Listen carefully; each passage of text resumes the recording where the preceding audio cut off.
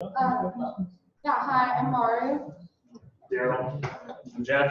I'm Aiden. We are the military strategy. So, opening up a quick summary of our current situation. Yeah, so the current situation in both Korea and Japan is we have a very robust military relationship. In Korea, we have Combined Forces Command, which is a U.S. and Republic of Korea combined defensive organization. And it reports directly to the National Security Councils of both nations. We conduct exercises, we have combined defense planning. Essentially, there's a huge military relationship here that's very helpful there. In the United States and Japan, it's also very robust. However, the Japanese Constitution forbids an offensive military, so they call it the Japanese Civil Defense Forces. But again, we have multiple treaties, alliances, exercises. So the military combination is very, very robust as far as strategy goes. Next slide, please. However, it does still lead. There's a lot of motivation for proliferation in the region. The biggest thing was the retirement of the Tomahawk land attack missile. That was what those two nations considered as the American umbrella for them, and that was retired in the 90s. There's nothing in the region that delivers. Tied under Obama. Initially, it was completed then, yes. That's when it was finished. So it has no, there's nothing physically in the region as compared to NATO. While closely partnered, Republic of Korea and Japan have no say in U.S. nuclear deployment. They can request, they can beg, they can plead, but there's no written system in which they can request the use that will authorize it. DPRK continues its aggression and posturing in the region. Additionally, the People's Republic of China is aggressively controlling the exclusive economic zone in the East China Sea, which both Japan and South Korea have claims to. And with China being a nuclear state, it leads to more motivation for them as well. And above the military strategy is also geopolitical events, which leads them to lose a little bit of faith in our umbrella. So the big concern is they're both technologically savvy nations with robust nuclear infrastructures that can be directed toward that proliferation very quickly. Right. So ultimately, if we are to ensure that the Republic of Korea and Japan do not feel the need to develop their own nuclear weapons, they have to be convinced that we essentially have got their back and that our nuclear weapons are good enough for them. So when we look at this, we need to make sure that they believe we have the capability, that we are actually committed to doing so in a timely fashion, and that we have the preparation, we have the training, we have all of the logistical support necessary to actually take this to our opponents should deterrence fail, essentially. So one of our options that we would like to propose first, we need to increase the amount of Japan and Republic of Korea planning involved in this. So the essentially notion here is that if we go to them and say, yes, we have a strategy for deterring and defeating your opponent should you be attacked, but we don't tell them what that is, this is not as convincing as them participating in the process ahead of time. So we need to have a method of creating a target list that both Japan, North Korea, and the United States agree is viable and effective at deterring. The system has to be consonant with the law of armed conflict if we are to have any credibility to actually executing this. If we'd like to have some notion of what the allied abilities that they can bring and what they're prepared to tolerate, because we have to expect that there would be losses if there were an actual shooting war. And one of the things that the planning process should really enhance is the notion of this is what we're looking at if you want to employ weapons, if you want either nuclear or conventional. So really tying them in and bringing them into a sense of this is how it would happen, this is the sense of participation, this is why you can believe in this. We could further go to the point of redeploying weapons in Japan, or correction, redeploying in South Korea, deploying for the first part in Republic of Korea, as very similar to what we have in NATO today. So more than just a bomb, one has to have delivery mechanisms capable of penetrating the airspace of the whatever country likely DPRK, in order to actually hold the targets at risk. So you have to have the munitions support squadrons in place if you want to have them there. So there is a large logistics footprint and a large amount of adjunct hardware that would have to be brought about.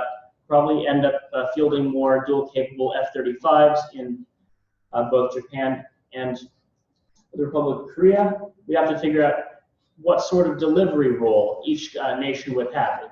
In NATO, we do have burden sharing for delivery, and this again helps strengthen the alliance by the necessary actions of load sharing. We would have to figure out what we are doing in terms of our participation and what checks we have on nuclear use, and of course, we have to have the political apparatus to coordinate and do the final authorization. And certainly in NATO, it would be from all the participating countries before release is authorized. And last part, demonstrations that we can encourage, that we have a greater commitment to Japan and the Republic of Korea. So right now, you want to comment on our Korean? Right now, what we have in Korea is it's about a brigade combat team size of combat elements in aviation. So it's about 8,000 fighting soldiers. The rest are within headquarters units, support units, and other things. Their main mission is really non-combatant evacuation, not war fighting. If something were to occur, we bring forces onto the peninsula. So, and this is a recent change in the size of troops that, the mid-2000s, the early teens, threw out of Korea and out of Europe. So again, that made them concerned because they thought of it as a less of a commitment on our behalf. So increasing that commitment would, again, increase our ties. And with that, it's kind of, we threw this out there, company tours, and that's when soldiers bring their families with them. It's one thing to put soldiers on the peninsula, it's another thing to put families there. We kind of say jokingly, our soldiers are kind of hostages. Putting their families there, it makes them a lot more valuable hostages, and it shows that we really, really care about this. We're not going to put our own women and children with our soldiers there unless we really believe that this is something we believe in that we're going to protect. And I think that's more of an emotional and contact that we can make, but that commitment would be very helpful. Excuse me, did you serve in Korea? I've been there many times, never been stationed there, but I've done a lot of exercises. Active duty? Yes. Army? Yes. All right. And above the military strategy, we just have to, there's, I think, a perception at least, or possible reality, that the United States is moving into a period of isolationism. And when dealing with deterrence, the perception of that isolationism is as damning as any reality could be. So we need to make sure that on higher political levels, the rhetoric and the message is consistently that the United States is prepared to support, will support, and is committed to its treaty obligations. And this is not strictly a military operation, but it does support the effectiveness of any military option. So, future work? Yeah, so going forward, we're planning on doing open source analysis of North Korean order of battle, figure out what they had, especially artillery units and capabilities near the demilitarized zone, and projected integrated air defense system capabilities, just because obviously this will affect any sort of military action if it comes to that, or military tactics. So also we're planning on doing open source analysis of Japanese and Korean weapon delivery capabilities, because even if they develop weapons, their delivery is also very relevant to our response. And we also will be doing an open source analysis of Korean and Japanese perception of U.S. military activities, so we can integrate all that into our suggestions. And that is the end of our presentation. I'm sorry, was there embedded in there, oh, you do have the DPRK order of battle. Yeah.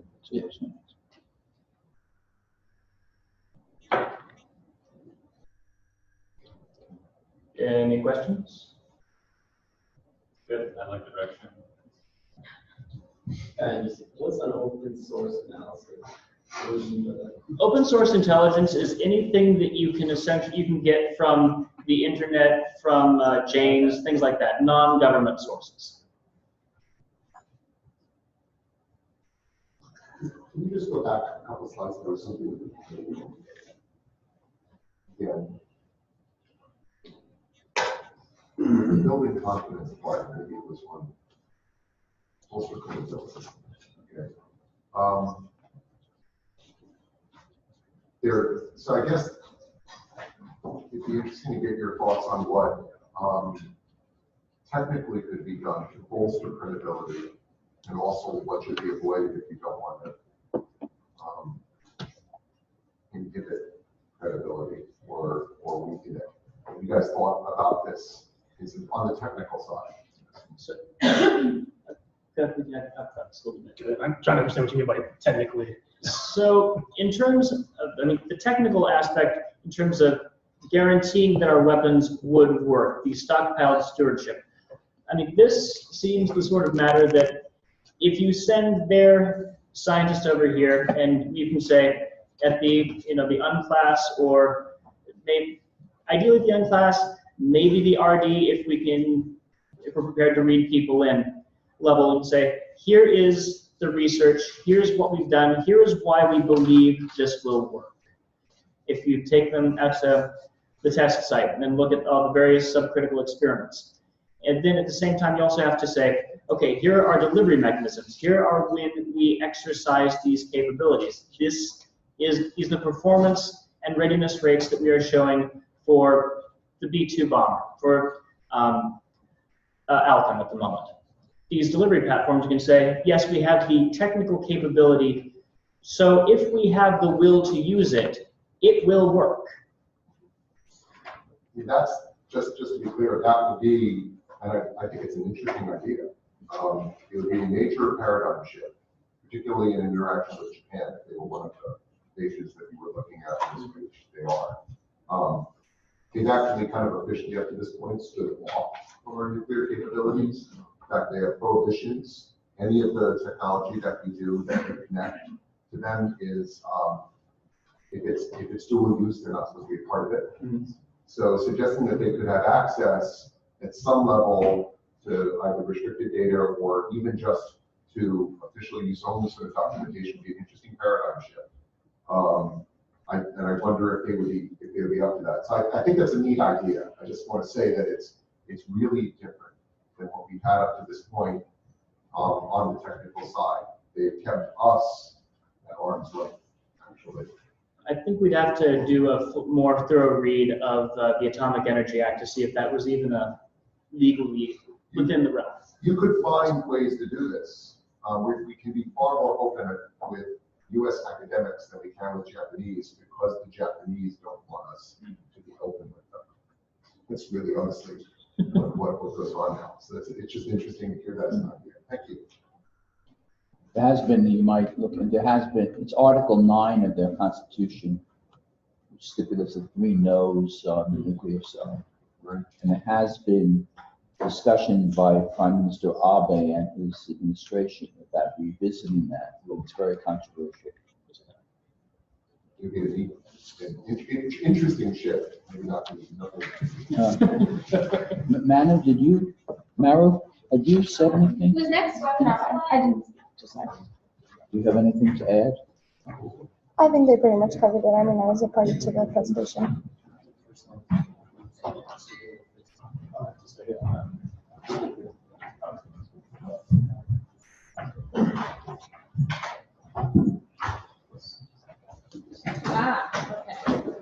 Okay. Does anybody have a computer yet?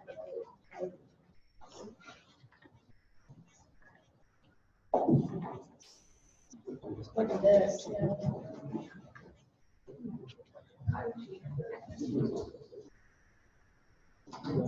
I need to know your names when you speak up. Are you new here? Yeah, I just joined along with Daryl. What? Yeah. You're not listed on here. You're just below. Yeah. Just like a second ago. What is your name? Matt Marshall. You nuclear engineer? Yes. Graduate student? Yes.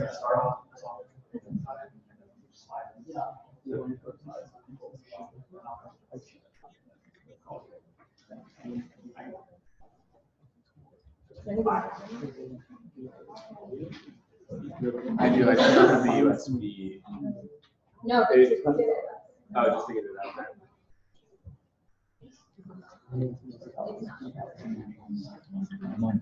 It's my 60. So Do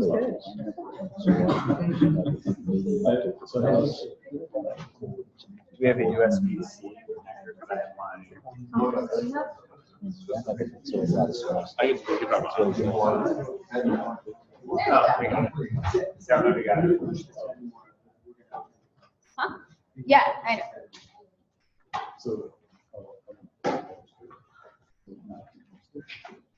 Okay. We're the weapons design group. Give your name, please. I'm Matt. I guess we can all just go through and say our names real quickly. I'm Mitch. You may. Bill? I'm Adria. Joseph.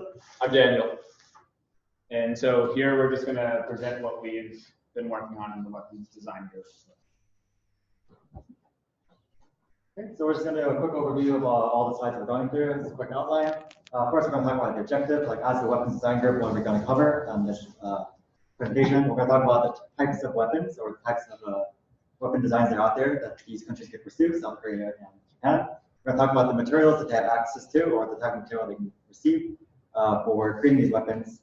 We're going to talk about related technologies for like deployment or other things that are necessary to create the nuclear weapon. And we're going to talk about covert attempts, which is basically like essentially the nuclear program history within these two countries. And with all that coming together, we're going to talk about policy recommendation based off our information or what we thought was important as a group. Okay, so our general objective is to provide information for what kind of nuclear weapons these countries can pursue, or what is most feasible and more likely for these countries. And based on that, we're going to provide some sort of recommendation on the design and construction, just based on the equipment they have available, what they can get done quickly, and like the processes they would go through to get that accomplished. all right, so I'm going to talk very quickly about just the large overview of the different weapon designs. I know Dr. Bernstein's addressed that already in brief, and a lot of us are kind of trying to weave between what's classified and what's not. So I'm sticking to safe ground and just going with what's been presented. But I'll paint the bullseye on myself. If people, as we're going through this, have more questions, I can work with you individually. So basically, the little boy is the gun type. So it's one of the two standard types. It's technologically a little bit easier initially. So it's simpler than the implosion type, but it's not simple. So there are a lot of details that we haven't addressed specifically. You get a little bit of a sense of that with all the various details on the right, like the arming and firing and fusing, rendering the weapon safe. So things that we haven't really talked about in details due to the time constraints. So there's a lot to it. So they're typically they use uranium, highly enriched, and so plutonium is not typically viable for the gun types because it basically just has too much of a neutron flux, and so you get basically a premature detonation, also known as a fizzle. So it's just much harder to do with plutonium. So for the plutonium type, it's implosion. As we talked about, as the density increases, that gives you a dramatic increase in your effective yield. So implosion types are more effective, more efficient, I guess you could say, per unit mass, but they're much more complicated. So timing of the conventional explosives to compress everything in almost a perfectly timed implosion in 3 dimensions is extremely difficult. So it takes advanced electronics, advanced timing, advanced explosives, high level industry to make these things work. And also, just bear in mind that we talk about 2 main types, but it's kind of phase locked in our culture that there are 2 main types, and so it's possible that other people could come up with new designs that we haven't thought of. So I'll just throw that out there to not get blinded into what's been done already. As we've learned in this class, you can't just pick up like plutonium or uranium. Most uranium, 238, not really good for weapons. You gotta turn it into 235. Plutonium's entirely man-made. So how are these countries gonna get the material that they're gonna use in these weapons? For uranium, you can use reactors. You can enrich it to weapons grade. And both South Korea and Japan have a lot of nuclear reactors. So it's both entirely possible for them to get weapons grade uranium 235 from their reactors, although those sites are monitored by the International Atomic Energy Agency. Plutonium, a little bit more interesting. South Korea has no access to plutonium, but Japan does. That's because Japan's allowed to do a thing called reprocessing, where they take their spent fuel rods and extract plutonium from them. And South Korea is not allowed to do that. So there's a bit of a discrepancy between what South Korea and Japan are allowed to do. Interestingly enough, South Korea is now building reactors for the United Arab Emirates. And now that they're building reactors for other countries, they're starting to question their status in regards to the treaty they signed with the US, which disallows them for reprocessing. And they're wanting to do reprocessing now. So under the status quo, Japan can get plutonium, but South Korea cannot. But in the next couple of years, with that agreement in flux, it's entirely possible that South Korea begins to reprocess as well, and then they'll have access to plutonium as well. Additionally, we talked briefly about laser isotope separation, and South Korea has no access to that, but Japan actually has an active laser isotope separation facility, which they can use to get plutonium and enrich uranium. So let me just go back. Is it okay if I? Can you save it for the end? Okay. All right, so other than the nuclear material that you need, there are a lot of other things that go into a nuclear weapon. And so Bill sort of mentioned this earlier when he was talking about advanced technologies that you need. So outside of the weapon, you need things for launching a weapon if you want it to be a missile or anything from uranium fabrication for subcritical components of your weapon to arming your weapon, as well as actually firing the weapon and not having it detonate prematurely. And delivery vehicles are all important technologies that we're going to be looking into because these are things that you could also restrict. And if you can monitor the spread of those technologies, it's one other barrier that, as Professor Bernstein mentioned, putting up barriers is how you can prevent weapons, other than just limiting people's access to the nuclear. So now I'll talk a bit about the historical context that will go on to inform what our final policy proposal will be.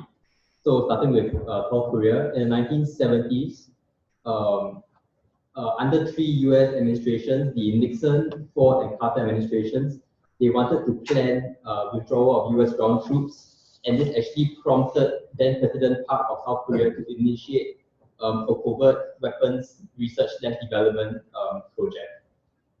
So these involve different chemical separation methods as well as the successful separation of a small quantity of plutonium. And so it's quite interesting because only in 2004, under intense pressure from the IAEA, South Korea publicly disclosed these attempts, which were breaching international agreements. And now moving on to Japan. So in the 1960s, there was a US-Japan treaty. So following China's first nuclear test in 1964, there were some concerns that Japan might also want to try to start a covert weapons development. However, the parliament made a point to not manufacture, possess, or permit nuclear weapons in Japan. And in 1970, they signed an NPT with the US. So South Korea did have a covert weapons program that continued in the 1970s to 80s, whereas Japan, there is no information about if they had nuclear weapons. So there was an initiative by Prime Minister Nakasone in the mid-90s to study a covert capability, but it was stopped. It was when Clinton was president, Nakasone was Prime Minister of Japan. It didn't get beyond the study phase.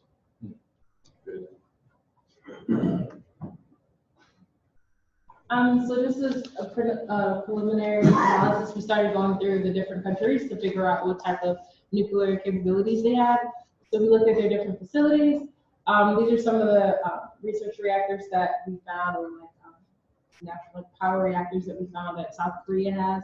And we also looked at the ones for Japan as well. I'll go through each one just as an overview of what they currently have. And so we're trying to understand what capabilities do they have based on the facilities that they have. So based on this, we decided to make a couple policy recommendations. So to go through these, basically, first one, basically, how can we strengthen like the nuclear umbrella, like the U.S.'s protection for North and South Korea, to ensure that they are not leaning towards how can we create weapons based on the perceived threat, which is from North Korea. Next, we said that we can instill continuous monitoring of each of their facilities. And we're planning on obviously looking more into that to see if that's not already something that's going on. And finally, we were saying that we can increase the difficulty of withdrawing from the NPT because we realize that there are a couple loopholes that allow them to. And so if we can basically tighten up these loopholes, that will really be helpful with countries that decide that they will withdraw from this. So on that point, you need to look at the additional protocol of the NPT, the additional protocol of the NPT, okay, which was established after North Korea withdrew from the NPT to make it more difficult to withdraw. And that's it. All right. Can we get the next group setting up while there are questions? Yes, I Go ahead. So just one thing that you made as a statement earlier about uranium coming from reactors. It's not quite that. Uranium is used in reactors. Reactors don't actually produce uranium. They produce plutonium. Okay. Centrifuges. Yeah. Right. A centrifuge will produce enriched uranium. And so it's the presence of highly enriched uranium. I think the idea was that they have the nuclear material there, like the raw material, and from there they can actually go on to try to enrich it or do covert operations or. So it's just that I just want to make sure that you do get that. Reactors do not make uranium. But Right. Still struggling with the basics. Yeah.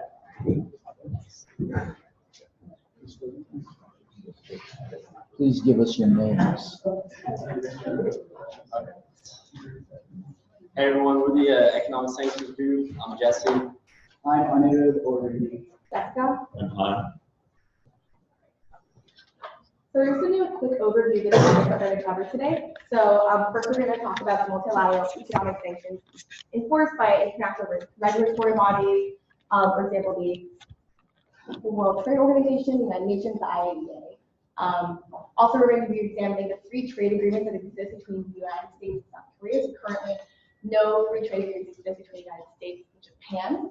We're also going to be talking about discontinuing weapons trade with South Korea and Japan, and talking about the Iran nuclear deal and its its implications as to our relations with South Korea and Japan. So like Jessica mentioned, U.S. and South Korea currently has free trade agreement that was entered into force in 2012. And as of 2016, there's a trade deficit of $17 billion.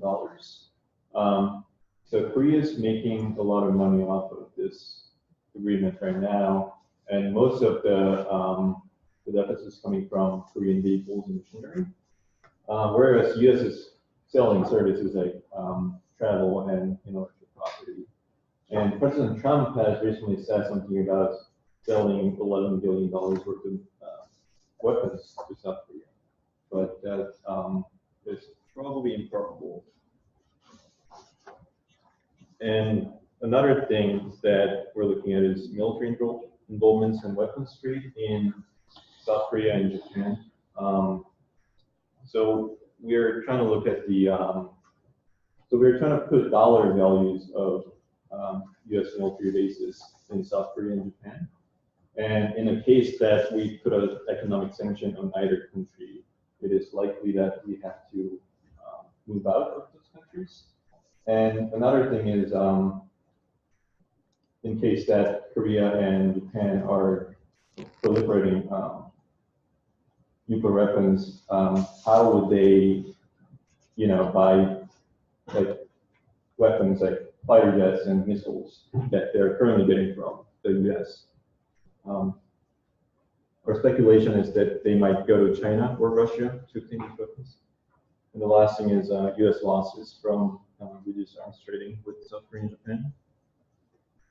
And this is just a map of the West Pacific, and most of the U.S. troops are in South Korea and Japan right now, totaling about 60,000 troops.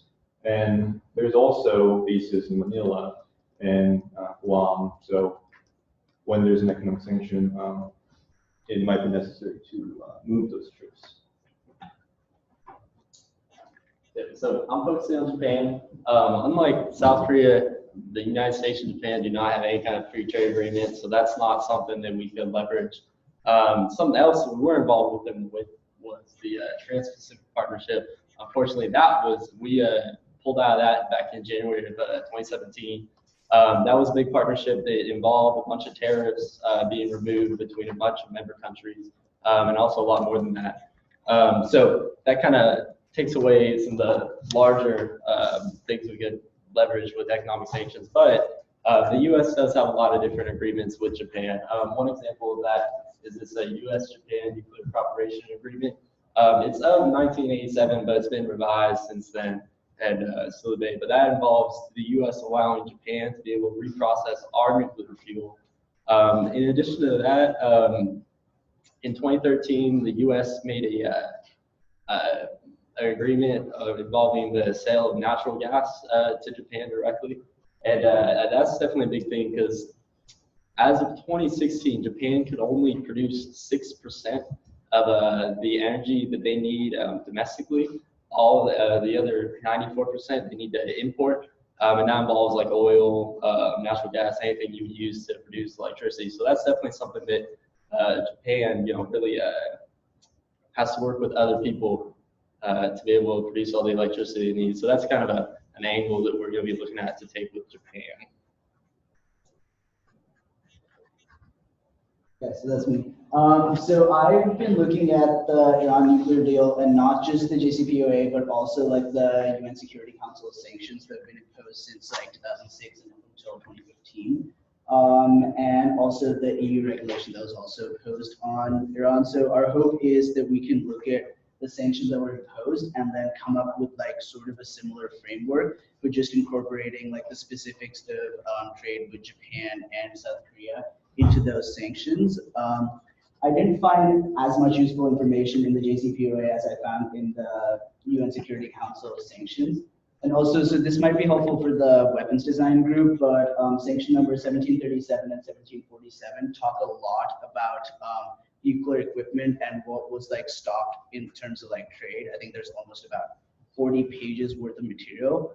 Since I'm econ, I couldn't really understand a lot of it, but I think it might be helpful for people that are nuclear engineers. So I think that would be worth looking at.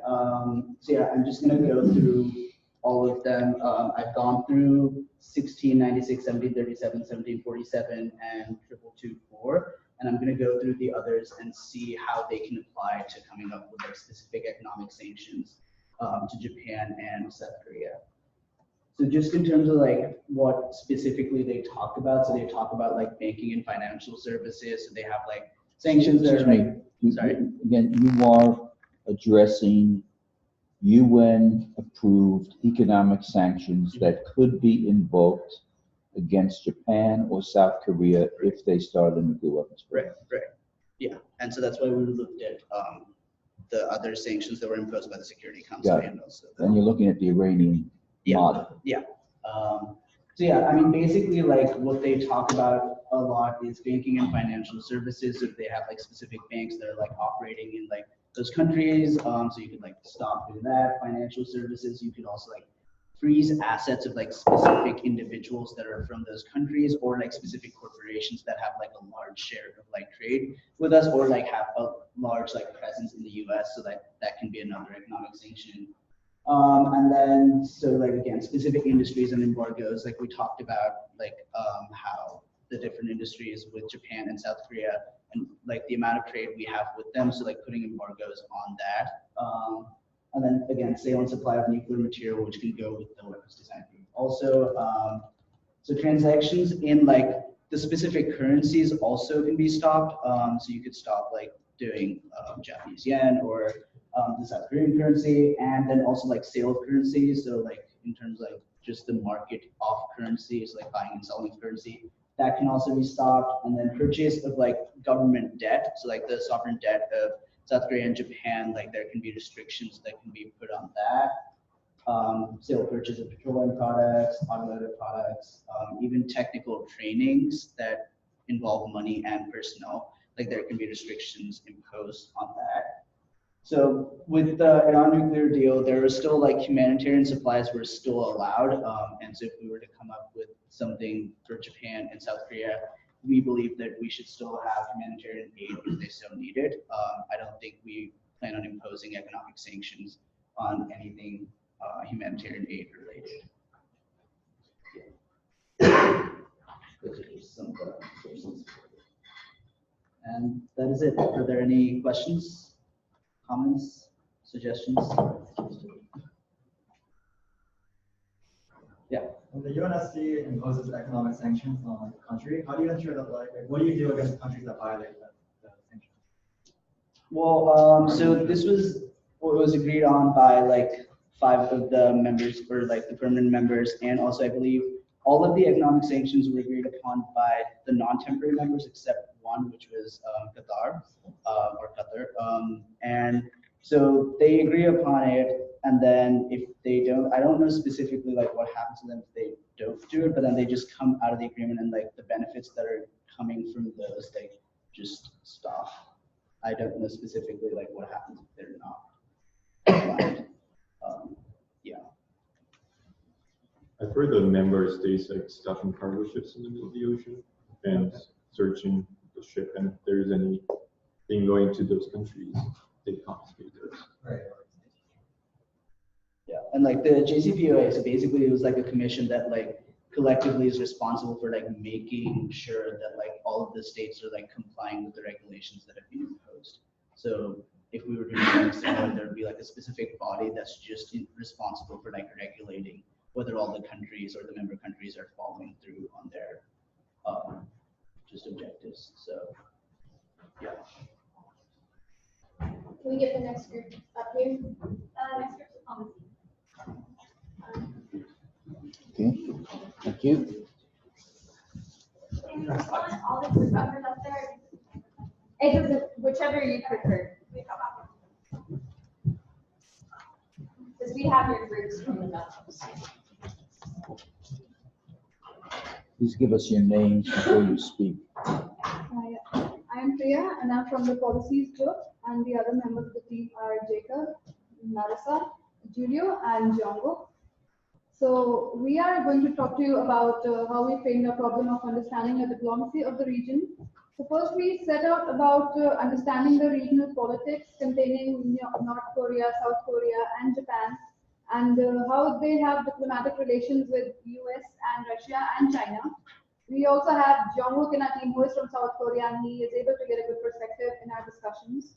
So in the first meeting, we decided to diverge a little to understand the politics and diplomatic situation of the area by focusing on several topics that we thought would be relevant for us to understand the region.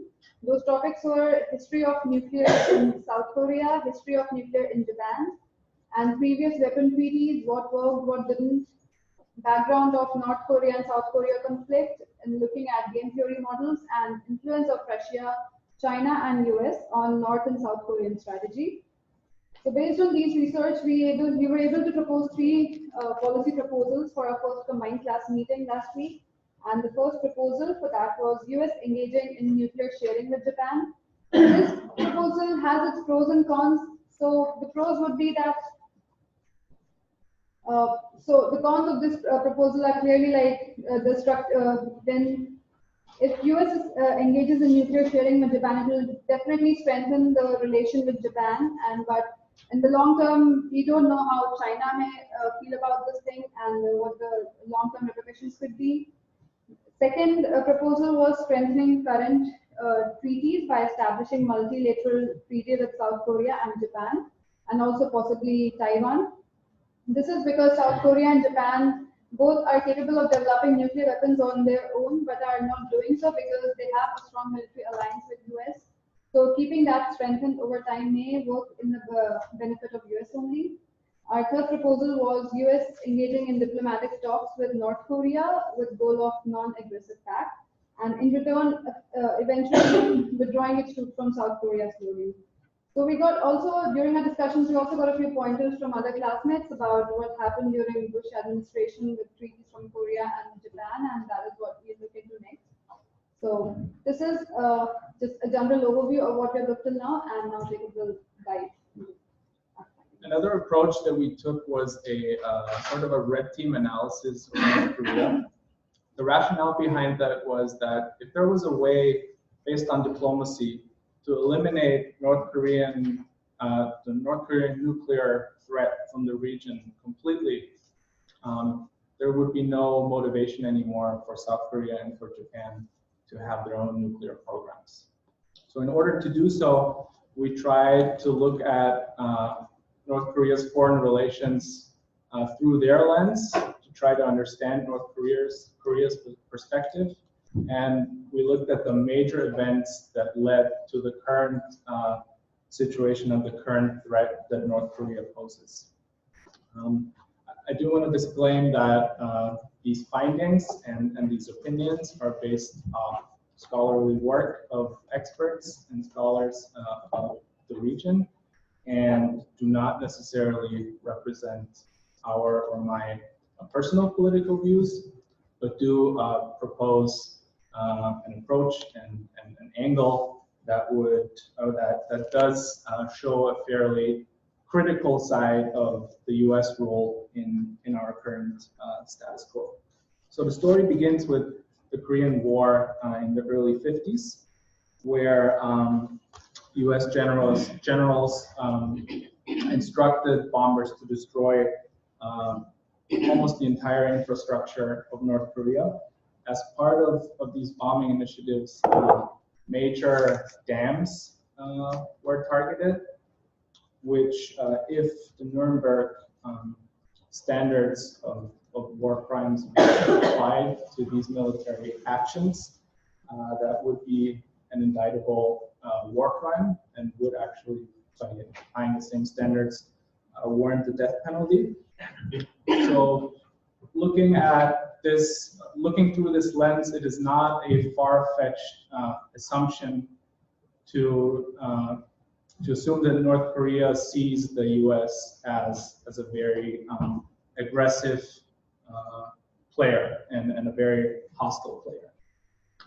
Fast forwarding a few decades, in 1993, North Korea was about to strike a deal with Israel to end missile exports to the Arab region in return for diplomatic recognition by Israel. The US objected to that and pressured Israel to reject that proposal.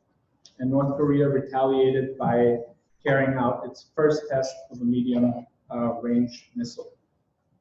As a result of that, a US-North Korean framework agreement was signed, which was, during the period of the 90s, mostly adhered to, and relations between the US and North Korea, especially under the Clinton administration, warmed up slightly.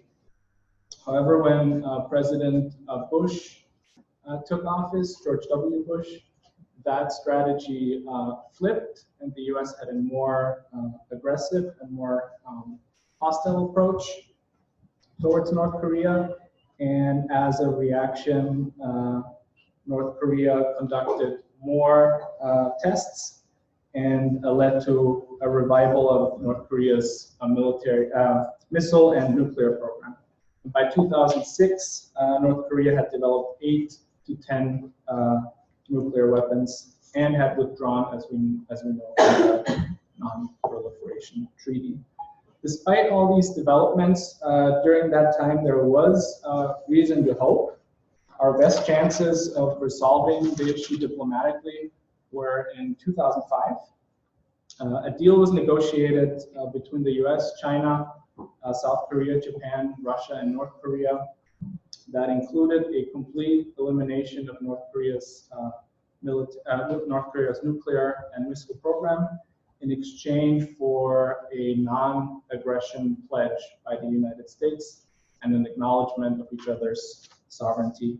The Bush administration undermined these efforts and eventually renewed the threat of force, and also pressured banks to freeze North Korea's hard currency accounts, which had very negative economic consequences. And since then, relations have not improved. Currently, tensions and threats are extremely high under President Trump.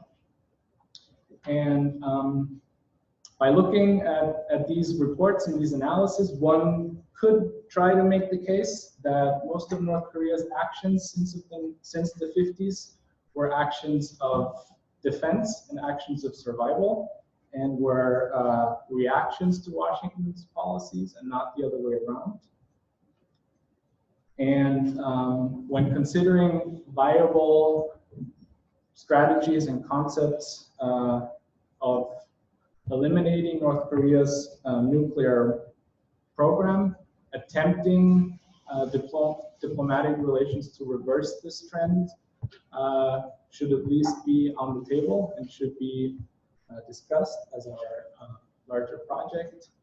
And as a next step from the diplomacy side, we will look into ways to, one, improve such diplomatic relations, and the other major approach that was concluded as a viable option is to improve the treaties that we have with our allies in the region, and eventually try to achieve a multilateral defense treaty that would strengthen that bond in the region, and that would prevent Japan and South Korea from trying to develop their own nuclear. Like an East Asian NATO. Correct. That's where the diplomacy group is as of now, and we're happy for any questions.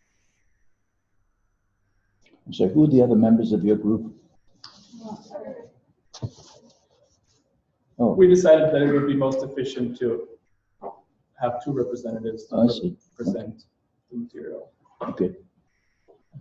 All right, last group. Thank you. There's Two more. Oh, you're two groups. Two more. now. Yeah. Okay. Signatures that cover weapons. Oh, right. Yes. Sorry, I thought you were going to finally switch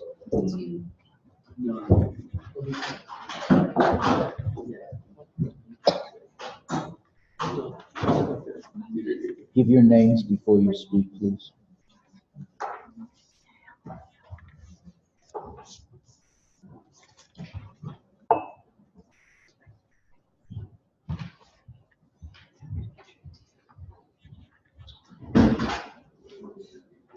Amen.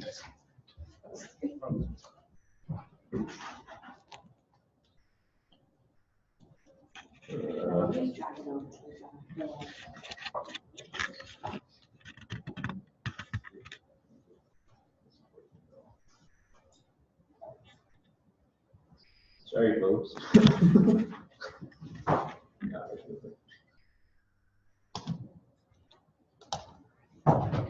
So Willie Mays is involved in this North Korean program? We make a catch of that. All right, I'm Morgan. I'm Daniela. I'm Jacob. Marie. Mitchell. So we're looking at the signatures of covert weapons. Discussing with the weapons designer and the monitoring Rhonda is not here. She has to step out earlier. She had to leave. So the two other groups are much more technical focused, and we thought it would be more beneficial and additive if we focused on a non-technical scope. So things like motivations and coordinations that aren't technical in nature. And so what that looks like in our actual exploration of it is we first consider a historical context. So what were the settings and motivations for previous covert programs? What were they like in South Korea in Japan and what has forced other programs to go from covert to overt. And hopefully that provides kind of an understanding of what the key markings are that cause the covert program to exist. And then a political setting, kind of what's the American precedent that they set to prevent covert programs. So are their actions reasonable in quelling fears, and what's the credibility for that? And those are in the responses to North Korean incidents, as well as Chinese and the interactions with South Korea and Japan. So one of the things that we were looking at was the history of both Japanese and South Korean nuclear programs, kind of to give us an idea of looking into the future, what were the motivations, what were the signals, and what we could do kind of to detect and find out more about these programs. So when looking into this, on here we were looking into the North Korean covert program. And I think they mentioned it earlier, there was a big push in the 70s by South Korea to develop a covert nuclear weapons program. And what we're finding was the South Koreans could not develop it on their own and entered into talks with both the French and the Canadians to get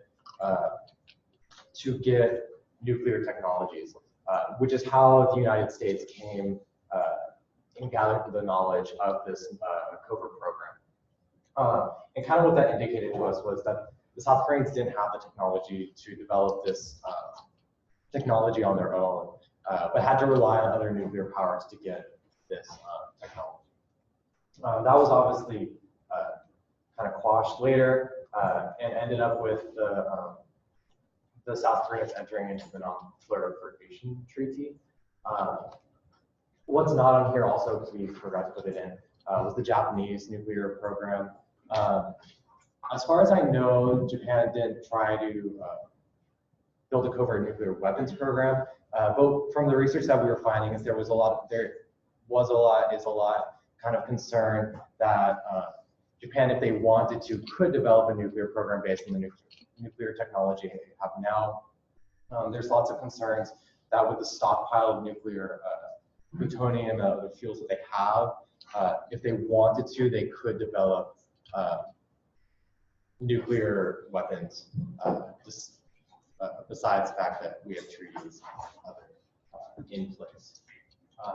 And so our future research of that is going to continue to dig in to kind of unclassify government documents to kind of see what other indications we had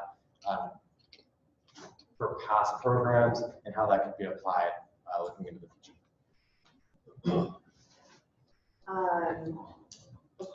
So I looked at this from more of a comparative perspective, where I took a look at the covert programs in Iran, Israel, and India, and how the U.S. responded to each one of these programs. Iran, the most current one that's been in our perspective in terms of American politics, has been the U.S.'s participation in the JCPOA, which was negotiation ultimately with Iran to ensure their peaceful nuclear weapons program, and I analyzed what that process really looked like. And then, which is really in contrast to how the US, UK, and Israel, how Israel's nuclear weapons program has not really been acknowledged by the US.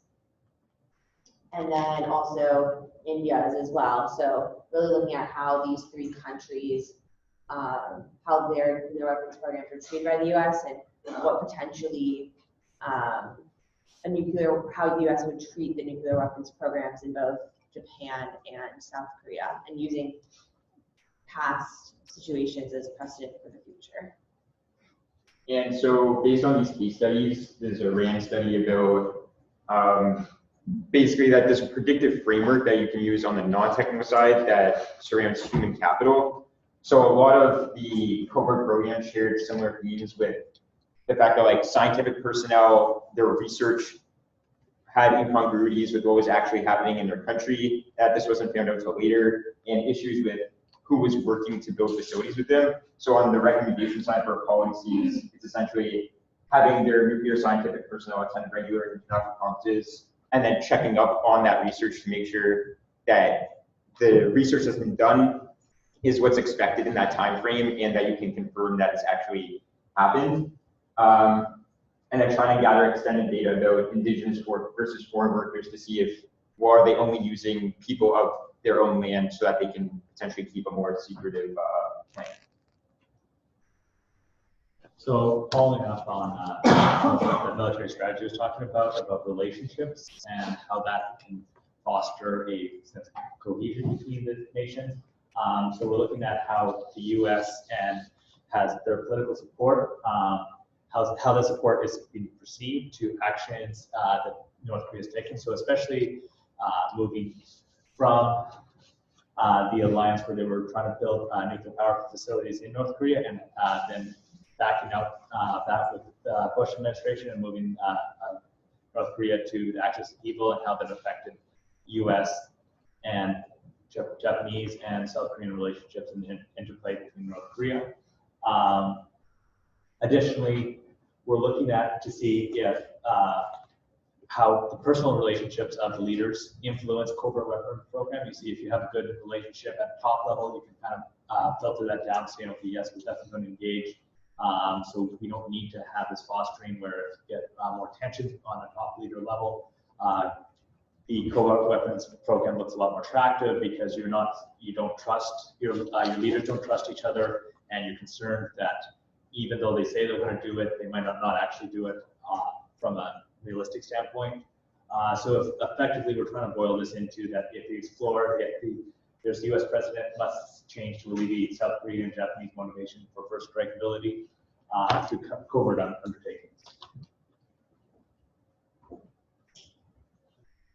So we've been talking a lot about creating some sort of treaty that we may attempt to get either China or Russia in on. And so I've been looking primarily at the Chinese influence on U.S., on South Korea, and Japan. So I've really been looking into the power dynamics here. Basically, historically, Japan and China have not particularly gotten along. They've got a long history of various wars and disagreements over things. So Japan definitely feels that longer term, there's a long-term threat from like the powerhouse that is China now. Now that they're building up their military, they really present both a territorial and a psychological threat, especially that they do have a nuclear program and they are really the only nuclear power in the area. So we also are taking into account like the Chinese response to any actions that we might put forth in our policy proposal. Whether we would be able to count on the Japanese to maybe, count on the Chinese to maybe support something, or whether we would know immediately that this is something that we would have to fight them on to push through, kind of thing. So basically, we're just trying to acknowledge and incorporate those aspects and the U.S. superiority ideals. Basically, the idea that the U.S. Is constantly underestimating how long it'll take other countries to develop programs, what sort of information, what sort of access that the U.S. has, or that the U.S. assumes that other people have.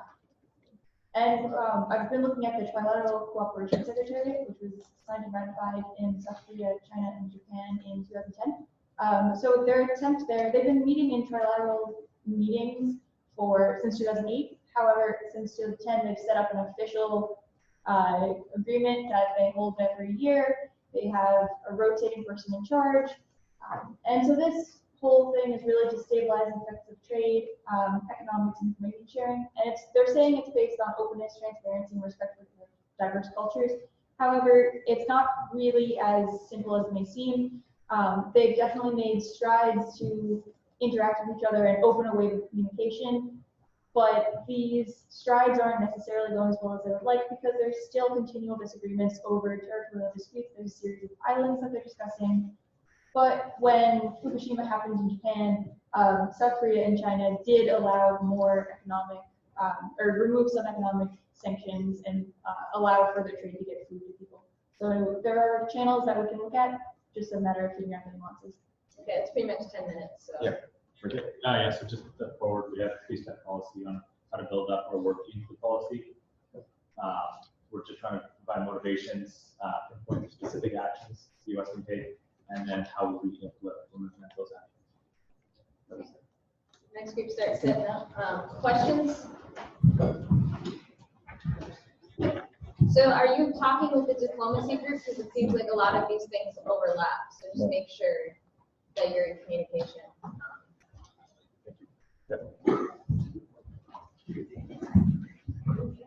Let's use planet that. Let's use planet that.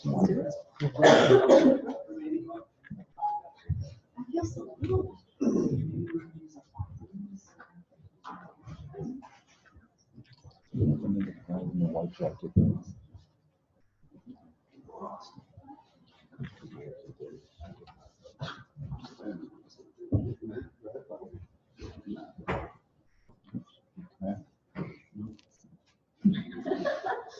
Yeah. 10. How about you start yeah. doing names? Because there's So yeah, I'll give a quick introduction while we get set up here. So we're the monitoring groups. Everybody want to say your names real quick? Josh. I'm Grace. Other Kelsey. I'm Tim. I'm Alex. Pedro. Caroline. So obviously we have a really big group covering a lot of monitoring technologies. So what we kind of decided to do was split up into kind of two subgroups. We kind of looked at left of bang and right of bang monitoring, or pre-det and post-det. So again, we have limited time and a lot of technologies to cover. So what we kind of have looked at this as kind of a deep dive into all the different technologies available for monitoring so that we can kind of understand how those technologies work and how they might implement, or how we might implement them and inform policymakers of what's going on. So less policy at this point for us and more understanding the technologies. So I guess we get started with the pre-det side.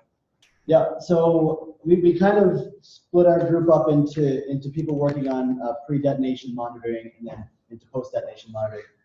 So on the pre-det side, we kind of split that part into even methods to acquire material and then methods of monitoring that kind of material acquisition. And then also understanding our monitoring capabilities today and then ways of avoiding the detection of those materials. And you'll see the different owners of each of those things listed here. So if you guys have questions about any of that, kind of our group was meant to be that you can come and talk to us about it, hopefully.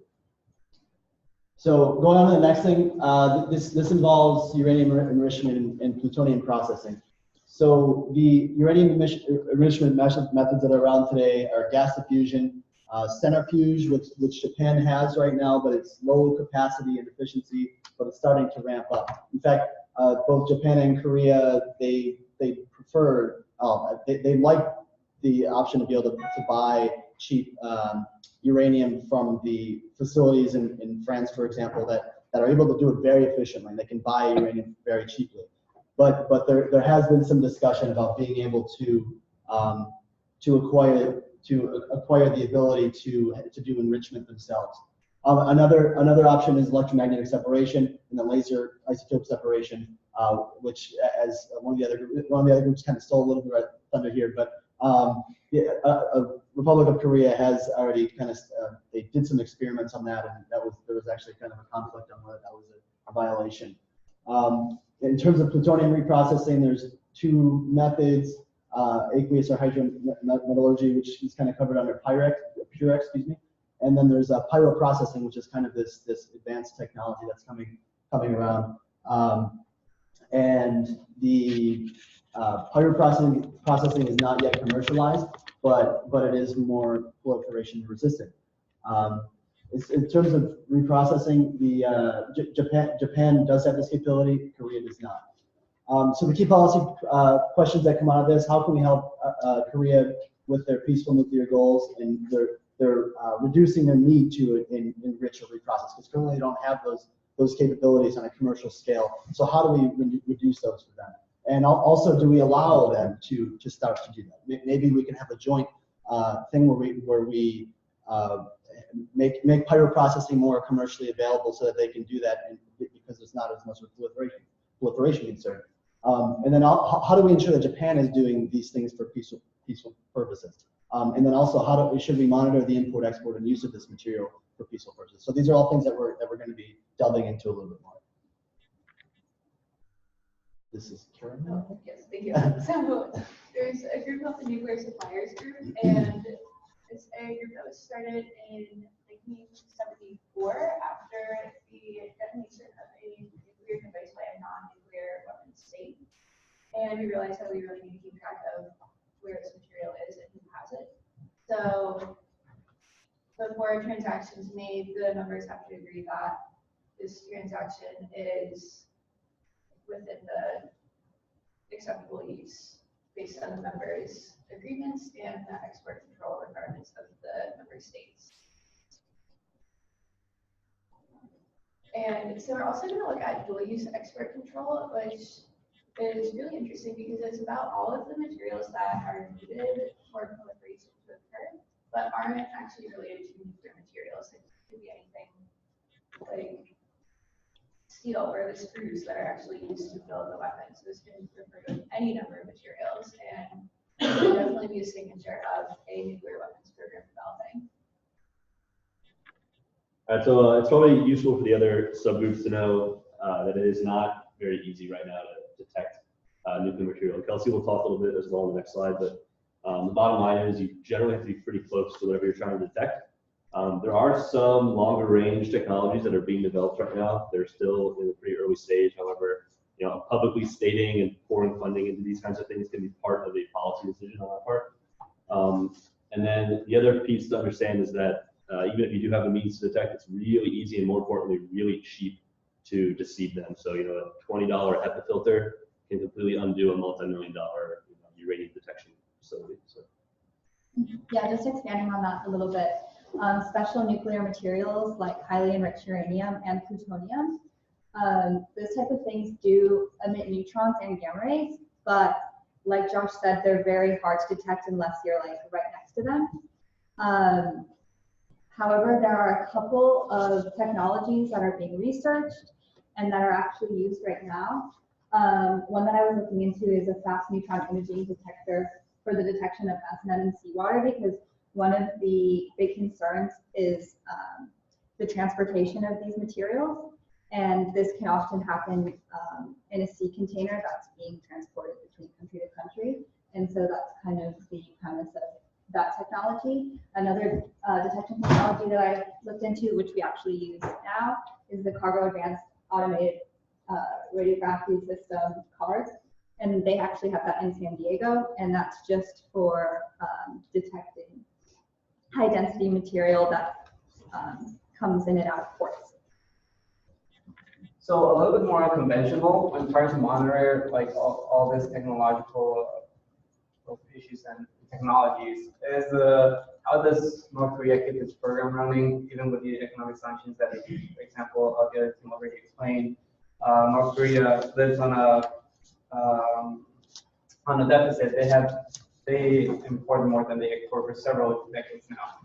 So how do they do this? Well, they do it through black markets, and lately they've been doing it through cryptocurrency trading. Also, there's been a lot of us here. Report by FIRE and Record Futures. These two groups have been the most active, and they have stolen at least $1 billion worth of cryptocurrencies the last year, according to these sources. This is not like a set policy proposal, but for example, South Korea new regulation prohibiting anonymous accounts. This was done recently. If a lot, since cryptocurrency trading is not regulated, but a lot of governments, this could be like a good start in some asymmetric pressure on the North Korea's economics.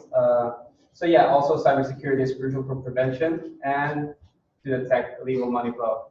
And this is just a graph saying like the top one is the targeted countries more hacked, and the other one is cybersecurity spending by the United States. You can see it's growing up, and other countries should also, which are not increasing their spending, they should start doing this to prevent this kind of things.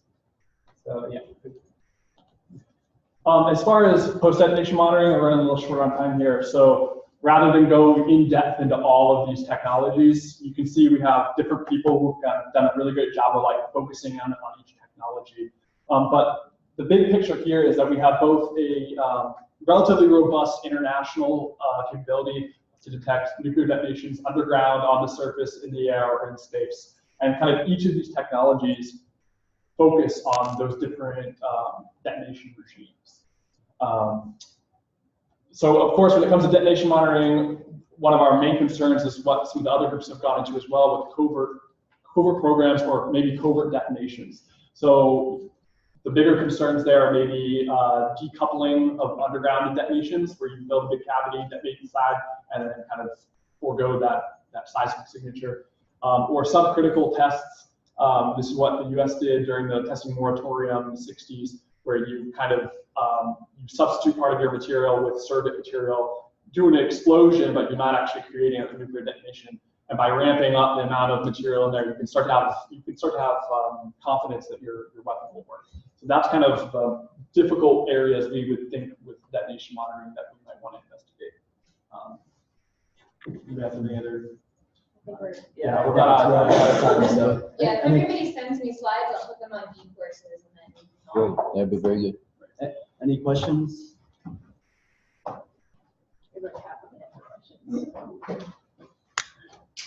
That's material. Thank you. Okay, wondering, do we meet?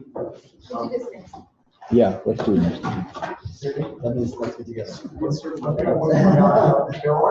I have uploaded rather a lot of material on D courses, which you can look at, which includes discussions about technical nuclear forensics. It may be applicable to that last stuff. Please go right ahead and use it.